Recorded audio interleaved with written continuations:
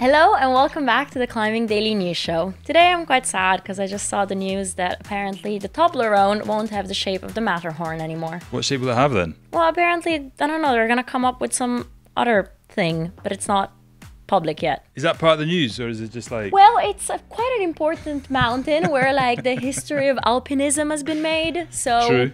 Yes? Should we tell them what's coming up in today's show? On today's show, we've got a ton of bouldering news, some sport climbing news from Spain, and stay tuned for the Epic TV Deal of the Week. So I'm excited. You excited? I just told you I'm sad. About some Swiss mountain. Well, it's like the shape on a chocolate. It's not even about the chocolate, you know? Because the chocolate is gonna stay the same. Do you like that chocolate? I do. I'm a big fan of Toblerone. Which one? All of them.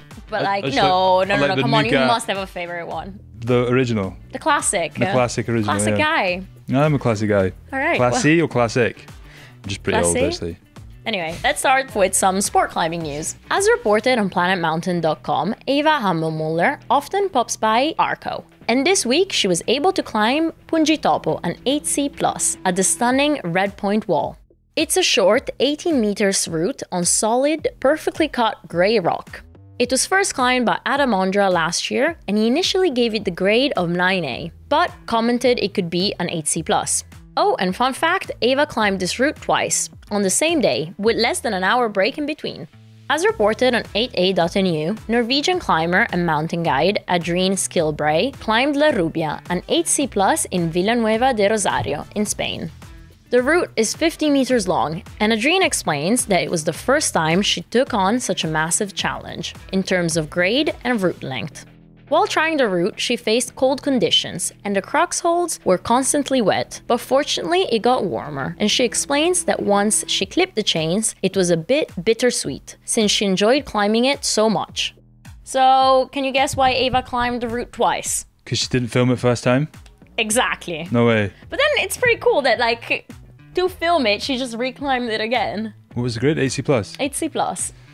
Fair Not play. bad. I mean, that's what it's come to these days. You have to climb it twice. No, well, you have to have it on video, or You have else to have it on video. does it count? Otherwise, it doesn't exist. Interesting. We straight in with the 9A roundup. Oh, kind of sport climbing roundup. Sport climbing, yes, roundup-ish. I had some bouldering news, but since I prefer sport climbing, you know, priorities. Well, since you like sport climbing so much, I've got some more news coming out of France. Fanatic Climbing reports that Swiss climber Cédric Lechat has made the first ascent of at-home Cornousse and given it a grade of 9A+. The route is situated in the Vercors National Park near Grenoble in France. The crag is handily situated close to where Cédric lives, and so he was able to visit often. Cédric, who has won 17 World Cup climbing medals, has previously climbed 8 9A+, but this was his first 9A+ first ascent. Cédric, back in the game. Oui. I'm a big fan of Cédric. He's always in the game. I think like recently he was he got his guiding certificate or something like that. So Yeah, maybe that's why he hasn't been like sport climbing to the top. I read a little article on AT.nu, and Jens was saying that he thinks he's one of the world's best all-round climbers because of the multi-pitch stuff he does, the sport climbing stuff he does. He is pretty much climbing on a pretty high level all round. Does he do mixed and ice and all that fun stuff as well? He's not pitch clinging, no. Oh, right. But no, he is pretty impressive, and I'm a big fan. I think he's good. He does his thing, just cracks on. Don't we have that wonderful video that Johan shot of him? What was it on Papi when he Chulo? goes through his beta of, is it Pachamama? Yeah, Pachamama, Papi Chulo, Papi something. Yeah, one of those Spanish ones. I think that we should mention quickly that we're in a new studio. Not everybody watched the show last week. Oh, true. Yes, we are in a new studio. It is evolving. Some of you might have noticed the black wall at the back has just been painted. Who likes it? Me and Teresa have just been getting high off the fumes. Teresa doesn't like it very much. I quite like it. Let us know what you think. I'm not a massive fan of this shot. This one. The white one. But that's gonna come in some neon Epic TV something. light. Yeah, we'll get something there. Yes. And for all the podcasts out there, hello. You probably have no idea what we're talking about, but we're in a new studio. Hopefully it sounds good. Oh, we should be describing more. They can watch it if they want. But basically, hopefully it sounds good. That's kind of part of a new studio as well, right? Yes, indeed. Well, it's like insonorato, come si dice? inside of an office? No, we're an office inside of an office. Yeah. It's no, insulated. but like the sound, It's insulated. that Yeah, one. yeah. Insonorizzato. Insonorizzato. I And meant a that. potato. Right, next up, what we got? Some bouldering news from the magical forest of Fontainebleau. Dutch climber Tim Rauser has been posting videos of him climbing in Fontainebleau. In between climbing a bunch of 8As, he also topped out La Révolutionnaire, an 8C+. It was first put up in 2017 by Charles Albert, aka Barefoot Charles, and it's actually an added sit start on a line he climbed in 2016. Check out the video on his Instagram. Cool font videos. And somebody in the comments last week were asking us if it's correct to pronounce it Fontainebleau, which I guess... Or Fontainebleau. Or Fontainebleau. Fontainebleau. Blau. Maybe the Dutch, that's what the Dutch call it. Fontainebleau. Misschien. Mishkrin. That's maybe. A mishkrin. Sorry. Multilingual. I don't think that was really correct. Teresa, coming out the No, Italian, English, the Dutch. We call it font, or like English speakers, we say font. Yes. But then the locals say bleu. Oh, really? So is it font? Is it bleu? Is it Fontainebleau? Does anyone call it Tain? No. No. No, we can start that. Let's go to Tain. Let's go hit up Tain. That's pretty good. Sure. You have some more bouldering news, not from font. I do. And it involves a certain Colin Duffy. American comp climber Colin Duffy has made the second ascent of Bookkeeping, a V16 AC+ in the Nomad Cave, Colorado. The route, first climbed by Drew Roana in December of last year, links up 3 pre-existing problems, starting with Off the Books 8A before joining Spidey 8B+, and finally finishing on No Way Home 8A/+. The cave itself is situated under a sport climbing crag and spans 60 foot, meaning that the routes have almost as many moves as a sport route. Colin has posted a video of the ascent on his YouTube page. So that's no nonsense Colin Duffy there. No nonsense, is that your nickname for him? Yeah, he just gets on with stuff, doesn't really make a nonsense about things. It's a pretty funky route. Weird finish, weird start, Okay. but really cool in the middle. So weird, cool, weird. Cool, weird, like some really like big spanning moves that he just seems to cruise. And it's long as well. It's like 12, 13 moves, 14 moves maybe. Talking about Colin, but not really. Somebody messaged us on Facebook about the US Nationals. And I know we spoke last week about not really covering every single country. But Annie Sanders was she was pretty impressive during the last team trials. Okay. Flash up the pictures. But yeah, at 15 years old, American champion in lead and bouldering. Mm-hmm. So She won both. yes, and I guess that was combined 15 together. years old. 15 years old. Lucky Matt's yes. not here. Why? Be very angry. How come? Doesn't like kids. Yeah, but I think he quite likes Annie. I think he interviewed her a couple of times on the Youth Cup. Anyway, That's amazing. Good knowledge. but yes, but thank you to whoever sent us the message on Facebook. I can't remember your name. I'm sorry. But anyway, let's move on to some more sport climbing news from Spain and Brazil. Suana Bjarnason has recently clipped the chains of her long-term project Mind Control, the iconic 8C in Oliana. On her Instagram, she has been sharing her journey to climb this route, the ups and downs, the injuries along the way, and the feelings about the final send. As reported on 8A.nu, Brazilian climber Felipe Camargo just climbed his hardest route in his home country, with the first ascent of Cavallo de Troia, and gave it the grade of 9A. However, he comments that grading this route is kinda hard since it's the middle of summer in Brazil, so definitely not the ideal climbing conditions. So I gotta say, I saw Suana try this route a couple of times, and the whip at the top is long, endlessly long. And she has this cool watch because she could see how long she would fall. Did she make it to the final move and then fall when you saw her? I think I saw a couple of high points, but yeah, no, like super impressive and inspirational to see her climb that.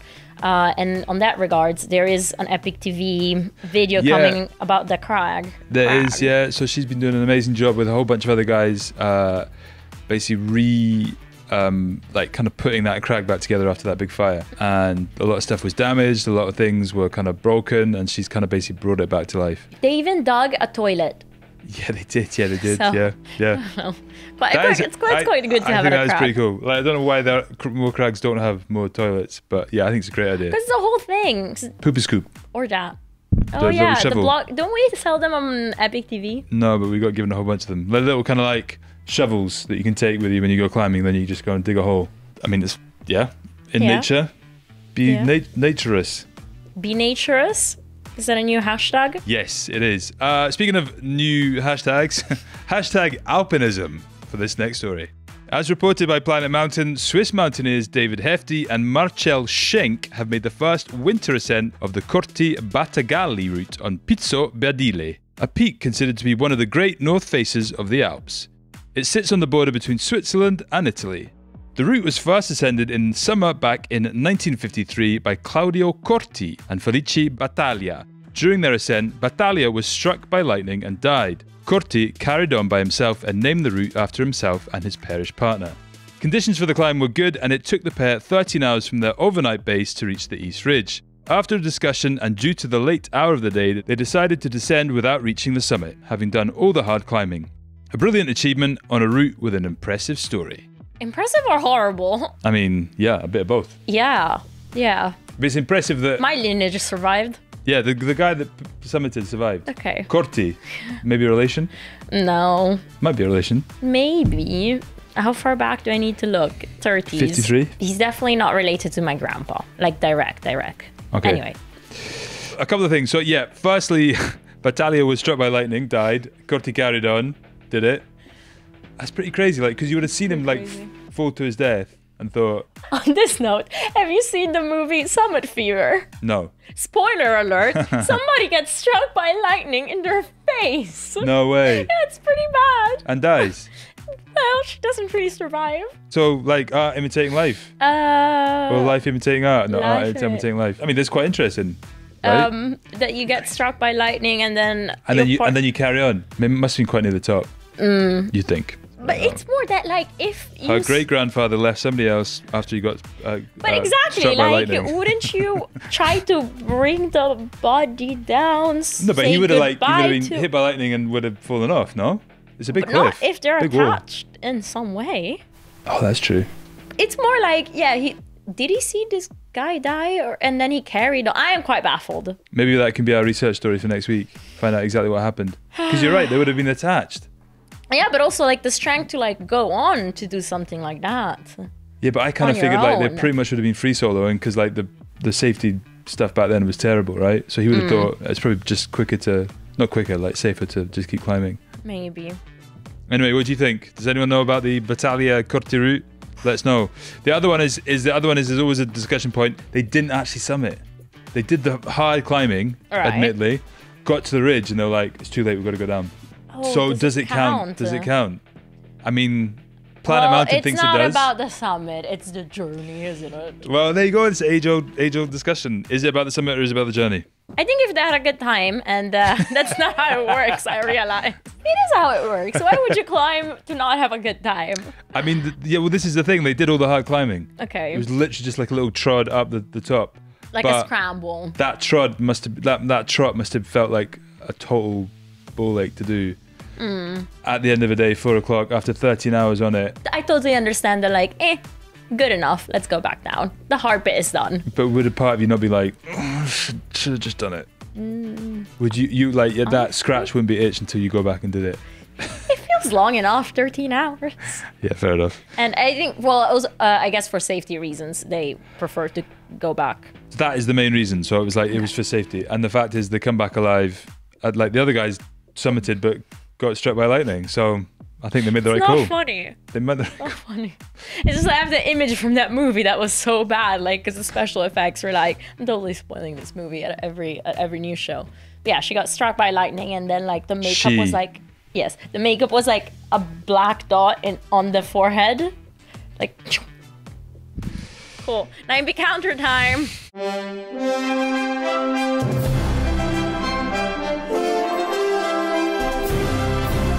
There are no 9Bs this week. No, and since we've spent so long talking about the Corti Battaglia route, we should just move on real quick.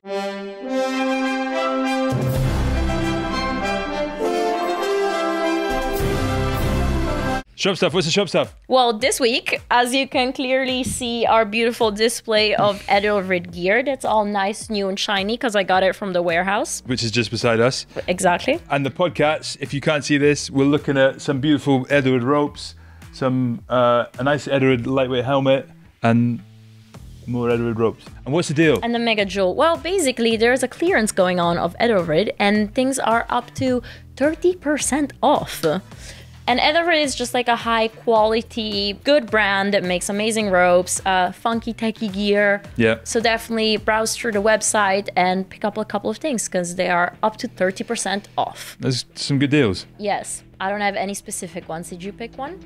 No. Just like but overall we didn't have to pick one on the computer because we literally they're all picked there. these out. Well, there's a beaner back there that's hidden, but it's the one that you click up. Oh, yeah. That's quite nice. Is it called the Click Up? No, it's another brand. A media. And I've got something to talk about here. You do? Yeah, basically, it is the Lake District Arc'teryx Academy coming up. Here's a little teaser of what you can expect. I'm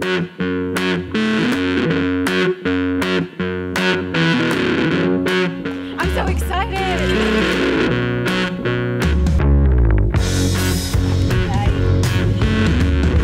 Let them in, and then I get back out and run.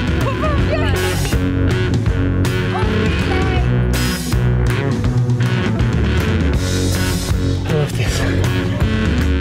Nice, babe.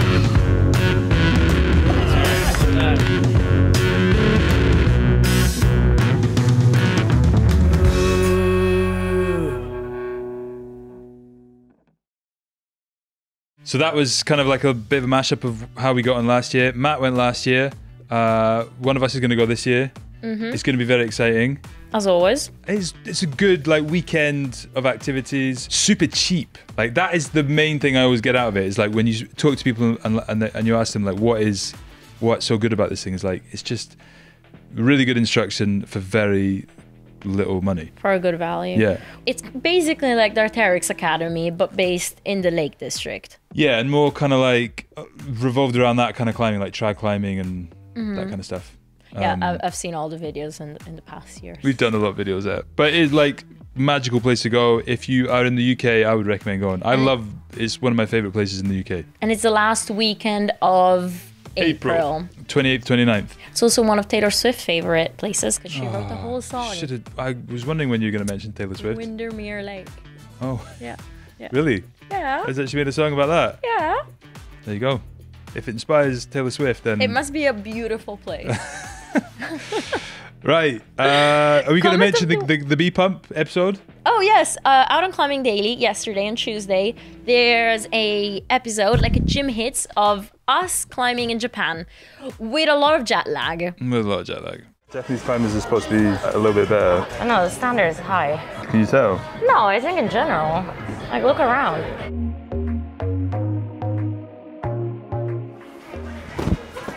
No!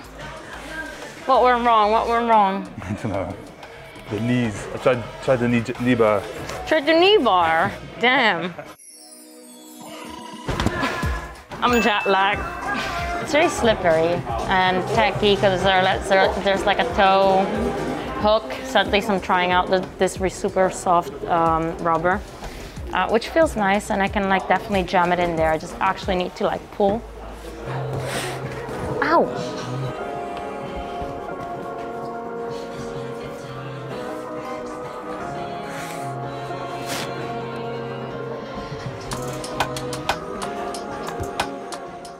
One of the reasons why I don't climb is because I'm not very good at it. One of the reasons I don't climb on camera is because I look even worse. So if you want to watch me not climb very well, I'd recommend that video. It But like, shows that part after of me 3 really well. years of not climbing, that was a pretty good session. Thanks very much. I do sound very sarcastic on the episode, and I'm sorry about that. That was a But jet lag though. That was just You were jet very lag. sarcastic when you jet lagged. I honestly do not kind of remember that day because I was like asleep. It's quite a weird feeling. Anyway, speaking about weird feelings, comment of the week. Do you have a weird feeling about it? I do not have a weird feeling about it, although I do have a good comment. Do you have a good comment? Okay, it's average.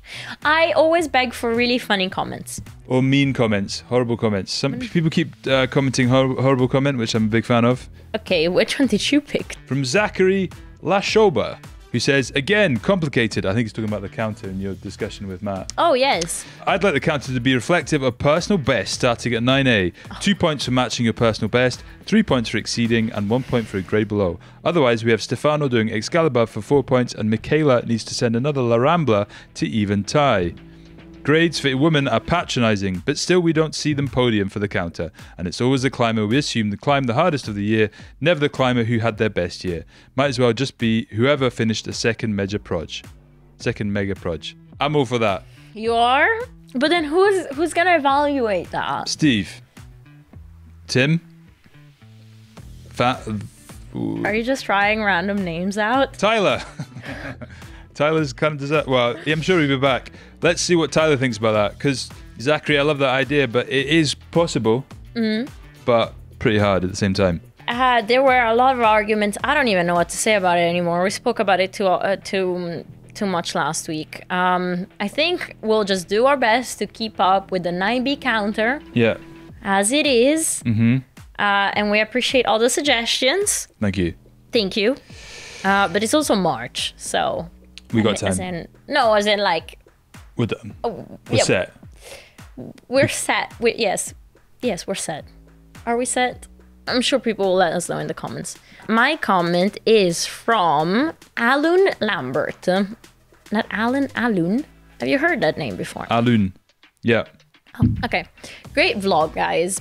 Surely, if a knee pad isn't allowed, the taping hands for crack climbing shouldn't. The laughing mouth face. You know that when you're like laughing so much, your eyes like you're crying. That one.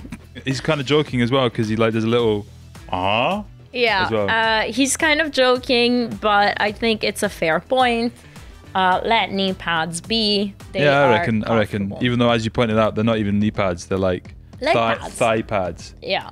And then whether we should have a whole rubber suit while climbing? Yes, for offwits. Oh, that's a good point. I know. I'm waiting for Vibram to make it. Like a wetsuit.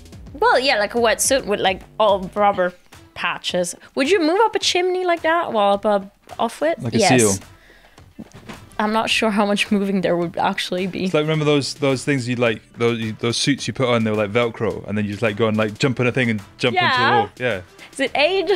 No. If it's rubber, I think it's fine. Oh, okay. Said not many people. Or said lots of people. Anyway. Cool. That's it for the news show this week. Lucky you if you watched all this way and got that little snippet. Like and subscribe. There are buttons. Just click them. It's easy. Bye-bye. Bye.